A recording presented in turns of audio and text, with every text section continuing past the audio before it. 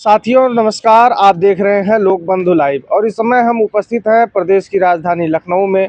और जिस तरीके से आपने देखा होगा कल जो है सदन चल रहा है इस समय लगातार, और जिस तरीके से भरे सदन में उत्तर प्रदेश के मुख्यमंत्री योगी आदित्यनाथ जी ने एक किसी सज्जन का सहारा लेते हुए या उसके सोशल मीडिया पोस्ट का बहाना लेते हुए जिस तरीके से उन्होंने कहा भरे सदन में कि जो कुंभ है, कुंभ जो है, कुंभ में जिसने जो ढूंढा उसको वो मिला।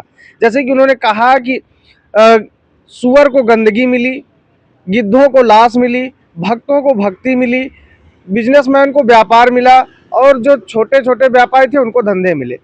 तो समाजवादी पार्टी का जो स्टैंड रहा है इस पर आप देख रहे होंगे, लगातार जो है समाजवादी पार्टी इस पर हमलावर है।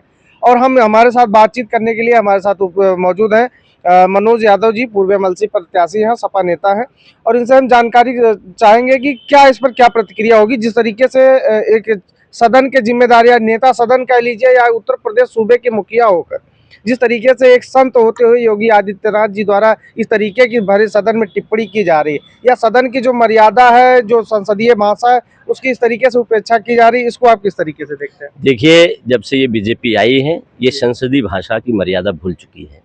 जिस तरीके से सदन में जो बातें की जानी चाहिए, देश की बात करनी चाहिए, देश की प्रगति की बात करनी चाहिए, देश में किस तरीके से स्ट्रक्चर बढ़ेंगे इसके बारे में बात करना चाहिए और सभ्य में बात करना चाहिए। मगर योगी आदित्यनाथ जी जैसे संत का चोला पहनकर एक सड़क छाप, तड़ी पार और चुट्टी चौराहे पे बैठ के जिस तरीके से एक पार्टी दूसरे पार्टी की बहस चलती है, उस तरीके से वो सदन में बोल रहे हैं। अब हमारी भी सरकार रही थी, 2012 से लेकर 2017 तक सरकार चली थी, उठा लीजिए, कहीं पे भी असंसदीय भाषा कोई बोला हो। मगर इनके मंत्री, जब मुख्यमंत्री ही बोल रहा है, तो एक कहावत है कि हमारे ओम प्रकाश विधायक जी ने कहा था, उप मुख्यमंत्री मतलब चुप। तो ये आदमी जो है चुप नहीं रह रहा है, अनावश्यक जो है तड़ीपारों वाली भाषा भी बोल रहा है। हाँ, कुछ ऐसे उप मुख्यमंत्री उनके हैं। तो जब मुख्यमंत्री ही बोल रहे हैं तो फिर आगे बताइए उनके मंत्री, उनके नेता क्या नहीं बोलेंगे? वहीं बैठे हुए हैं, सतीश महाना जी बैठे हुए हैं, संसदीय कार्य संभालने के लिए जो है सुरेश खन्ना जी भी मंत्री जी बैठे हुए हैं।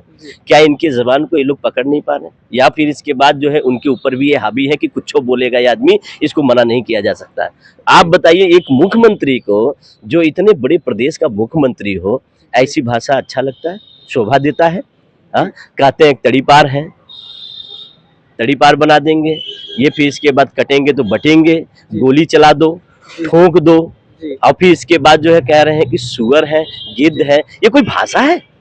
और एक संत की भाषा क्या मान सकते हैं आप इस तरीके से? हाँ, अगर ये बात कर रहे हैं तो कुंभ का मेला जो लगा है ये उत्तर प्रदेश में है, और इस उत्तर प्रदेश को चलाने वाले राष्ट्रीय अध्यक्ष अखिलेश यादव जी भी यहाँ के मुख्यमंत्री रहे हैं।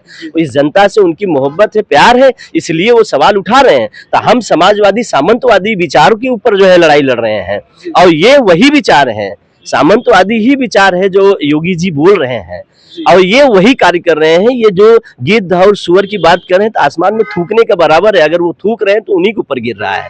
तो ये वही कार्य उनका है। तो जो श्रद्धालु गए हैं वहां पे नहाने के लिए, क्या वो उस कीचड़ में नहाए, उस गंदे पानी में नहाए, वो जो बीमारी वाली पानी है उसमें नहाए? क्योंकि इसका जो है पानी की जांच जब हुई थी केंद्र सरकार ने करवाया है, ये और कोई सरकार नहीं है, केंद्र सरकार। तो केंद्र सरकार ने ही बताया इसमें जो है 56% जो है मल है, गंदगी है, जिसकी वजह से जो है ये नहाने और आचमन करने लायक नहीं है। तो माननीय राष्ट्रीय अध्यक्ष जी ने भी कहा कि भाई अगर आपको लग रहा है पानी साफ है, जब केंद्र सरकार ने भी अपना जो है दे दिया, तो अगर ये साफ है तो लेके जाओ, खाना बनाओ, इसको पियो इसको, तब समझा जाए। तो ये कहीं न कहीं इशारा जो है और किसी को नहीं कर रहे, केंद्र सरकार में बैठे हुए हैं, कहीं प्रधानमंत्री की तरफ तो नहीं इशारा कर रहे, गिद्ध और सुअर जैसी बातों किसको कह रहे हैं? जैसा कि अभी आपने देखा होगा वहां पे जो शंकराचार्य जी हैं, अभिमुक्तेश्वरानंद सरस्वती जी, उन्होंने भी लगातार इस बात को लेके सवालों के कटघरे में खड़ा किया, चाहे वो सरकार हो या वहाँ की व्यवस्था, वहाँ के अधिकारी रहे हो।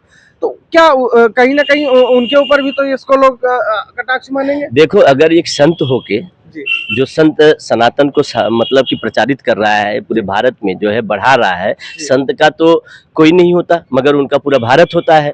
भक्ति संत जो है वो अपना कर रहे हैं, और भक्ति के द्वारा जो है संत अपना सब कुछ बता रहे, भारत का क्या है गुणवत्ता है, भारत कैसे रहना चाहिए, क्या नहीं। तो एक संत चोला पहन के अगर किसी संत को, जो पीठाश्वर हैं और 4 ही पीठाधीश हैं जिसमें से एक जो है अभिमुक्तानंद जी भी हैं, अगर वो सवाल उठा रहे हैं तो सच्चाई है कुछ, तब उठा रहे हैं। क्या आप संत हो कि एक संत को इस तरीके के शब्द बोलेंगे, सुअर या गिद्ध?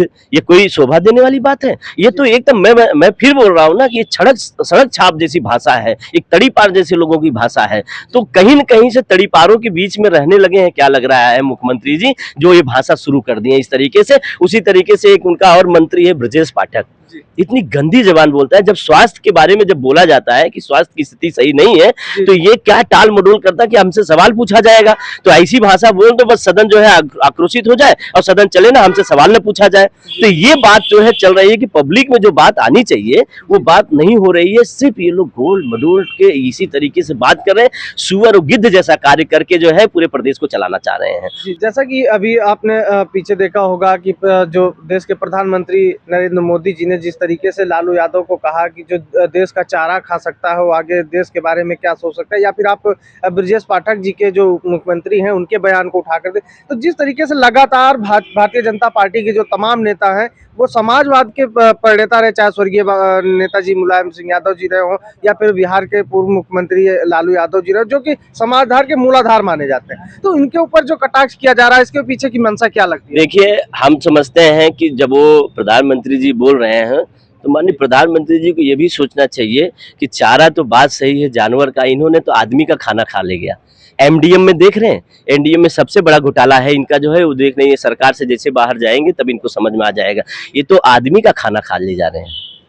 एमडीएम इन्हीं का गरीबों को चलाया हुआ, गरीबों को खिलाने के लिए, बच्चों के लिए पोषण के लिए जो चलाया जा रहा है, पूरा एमडीएम का खाना ये खा ले जा रहे हैं। चारा घोटाला का तो हम तो जानते नहीं, इनकी सरकार आई ये अपना कैसे क्या कर दिए हैं। लालू जी जैसा इन बन पाएंगे क्या?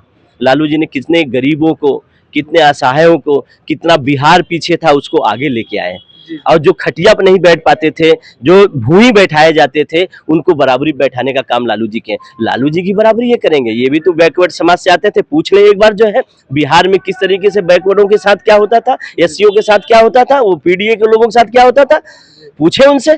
मगर नहीं, इनको क्या है, इनको तो अंबानी अडानी जैसे लोग मिल गए, 10 लाख का सूट पहनवाने लगे और 2 करोड़ का वॉच पहनने लगे। इनको तो कुछ समझ में आ ही नहीं रहा है प्रधानमंत्री जी को, वो लालू जी को बता रहे हैं कि चारा घोटाला। अरे लालू जी ने जो बिहार में कर दिया है सपनों में नहीं कर सकते हैं। ये लालू जी की बनाई हुई बदौलत से जो है आज ये खड़े हुए हैं, प्रधानमंत्री जी हुए हैं। आप बोलने लायक हो गए हैं, नहीं तो यही बैकवर्ड एससी के लोग जो है बोल नहीं पाते थे। लालू जी ने बराबरी पे ले आके खड़ा किया। बिहार की ये स्थिति थी। बिहार पिछड़ा देश आज भी राज्य बोला जाता है। क्यों? क्योंकि एक एक ऐसे लोग हैं जिनके पास 150-200 एकड़ जमीन आज भी पड़ी हुई है। मगर बिहार में जो है लालू जी जब आए तो जमीन का जो है, जो आदमी के पास 1 एकड़ भी जमीन नहीं था, 1 बिस्सा भी जमीन नहीं था, उनको जमीन दिया, घर दिया, मकान दिया और बराबरी पे खड़ा होने का काम किया। लालू जी की जोड़ करेंगे ये प्रधानमंत्री जी हो गए हैं, और कैसे हो गए हैं ये सब जानते हैं। ये सोशल मीडिया आप जैसे लोगों को इन्होंने यूज किया, अडानी अंबानी का पैसा यूज किया, और आज ये प्रधानमंत्री आ गए और हिटलर शाही जैसी व्यवस्था बना रहे हैं। तो ये अपने गिरेवान में झांके, ये देश के जो समाजवाद के नेता हैं उनके गिरेवान में न झांके। यहाँ पे समाजवाद वाले जो नेता थे इस समाज को आगे लेके चले और लड़े, रोड सड़क जहां तक लड़ना हुआ सदन तक लड़े, वहां तक लड़के जो है इस देश को बचाने का कार्य किया, यहाँ के लोगों का मान सम्मान बढ़ाने का काम किया। अब क्या है कि ये लोग जानते हैं कि ये समाजवाद जो होता है, ये समाजवाद जो पीडीए के लोग होते हैं, जब ये जागृत होते हैं, जागते हैं, तो ये जब अंगड़ाई लेते हैं ना, देश की सारी स्ट्रक्चर बदल जाती है। और ये उसी बात का डर है जिस तरीके से ये गंदा जो है प्रचार फैलाते हैं, कभी हमारे नेताजी के बारे में, कभी लालू जी के बारे में, कभी किसी भी समाजवाद जो नेता होते हैं समाजवादी उनके बारे में। अब ये गिद्ध, ये तमाम चीज, मोदी जी की बात उठा लीजिए, उन्होंने भी कितने जो संसदीय भाषा बोले हैं, दीदी ओ दीदी, ये क्या भाषा है? ये कोई भाषा है? तो ये जितने भी अगर देखा जाए हेट स्पीच के मामले में, इसमें भाजपा वाले नंबर 1 पे हैं और सबसे ज्यादा हेट स्पीच ये बोलते हैं। साथ सत्ता में है, कुछ नहीं कार्रवाई हो रही है। अगर कोई इनके खिलाफ बोल दे रहा है तो उनकी कार्रवाई हो जा रही है। तो इसलिए सबको चुप कराने के लिए ही सारी व्यवस्था बनाया। मगर उत्तर प्रदेश में ये सब नहीं चलेगा।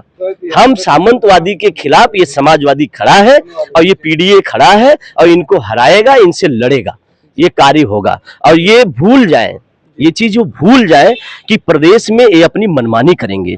जब भी ये मनमानी करने का कार्य करेंगे, ये समाजवादी उठेगा और इनके मनमानी कार्यों पे जो है लगाम लगाने का काम करेगा। जी ये कार्य हम लोग करेंगे। जी, बहुत बहुत धन्यवाद। जैसा कि आपने देखा, हमारे साथ मनोज यादव जी थे और इन्होंने तमाम जो मुद्दे थे उन पर अपनी जो है बात रखी। ऐसी ही तमाम और राजनीतिक खबरों को देखते रहने के लिए हमारे साथ जुड़े रहें, देखते रहें लोकबंधु लाइव। नमस्कार।